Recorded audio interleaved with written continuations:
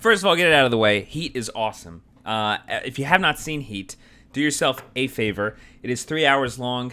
Do not do it in 2 sittings. You have to do it in 1 sitting. And I think here's the thing that has made it so long-lasting, because it's got this weird place in just film history in general. 1995, first of all, it's shot beautifully. It's shot so well. You watch it now, it looks like it was just filmed within the last 10 years. But I think the thing about Heat that puts it in such a strong place, not just in the 90s, but just in terms of the crime genre and just in film history in general, it tells a genre story with the respect that you would normally give a drama film of the likes of, I would think something like Shawshank Redemption or Magnolia. It gives equal time to the crime heist elements, and that's really what you're there for. There was actually something that Christopher Nolan said when asked about if he would ever do something that isn't so genre, something that's a little bit more, just like how Martin Scorsese, every now and then he'll do what feels like the real Martin Scorsese movies. He'll do King of Comedy, and then he'll do something like Kundun that feels much more like, that he's being given this, he's being hired to do this, whereas Christopher Nolan, like, he goes for, like, every story feels exactly like the type of, it feels like of a piece, of a whole. Not that Martin Scorsese doesn't, but a lot of times it really does feel like he is going into wildly uncharted territory for him. And Christopher Nolan said he likes the genre movies because while you've got, would take Martin Scorsese movies like Silence, which I know is a passion project of his, or take something like Kundun, or take a movie like Shawshank Redemption, something that just feels more traditionally like a drama movie, like really venturing into the human soul, is exploring just direct emotion. He says that there's something about a genre movie, something about a crime story, something about desperate people taking a chance to do something dangerous in order to just kind of get ahead in life, kind of dissecting why it is that happens in genre movies, or even taking things like sci-fi, taking things like action, and treating them very, very seriously. He says that it actually probes into humanity more so than just something that's a straight drama. Someone who's down on their luck, they're going through a divorce, their family's going through a hard time, there's a death in the family.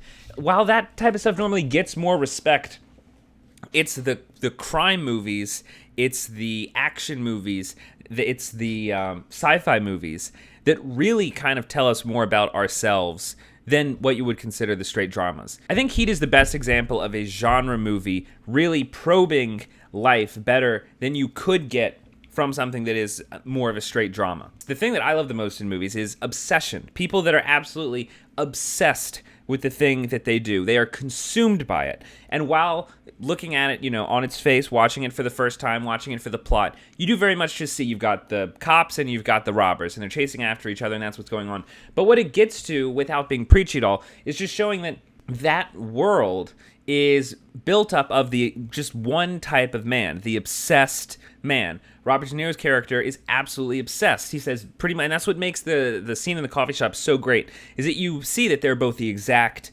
same person.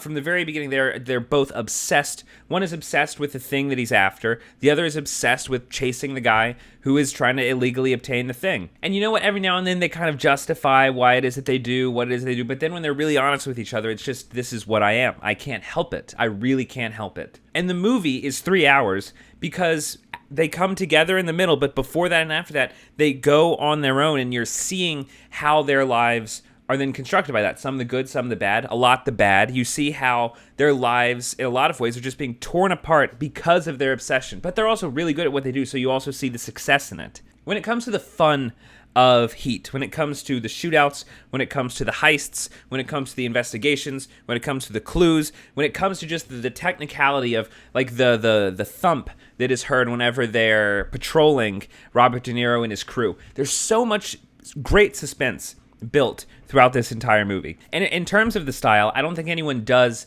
crime as well as Michael Mann does. You feel a lot of kind of like the silence and the patience from like the French heist movies like Rafifi. And I think you can see the influence of what he does really in Christopher Nolan's movies. I don't know why that isn't brought up more, but I think you really see particularly the use of blues and blacks in the color schemes. The way that the editing is done in suspense, particularly with pushing into certain characters at the speed, it almost is like Christopher Nolan got the exact camera grips to work on his movies from Michael Mann's movies. But aside from that, I think the thing that makes it so popular is probing into two very similar people on two totally different sides of the game and seeing that their lives in so many ways are very, very, very similar. And that's a fun thing. It's fun because it's movies like this that see life itself as this gigantic game that we're all playing, and there are people on the highs and people on the lows. There are people that just kind of drift in the middle, most people do, and then you've just got people like this who are just living at such extremes.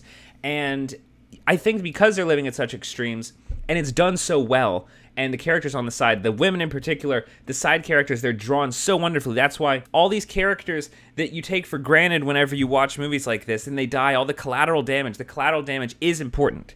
And that's the thing that's so good about Heat.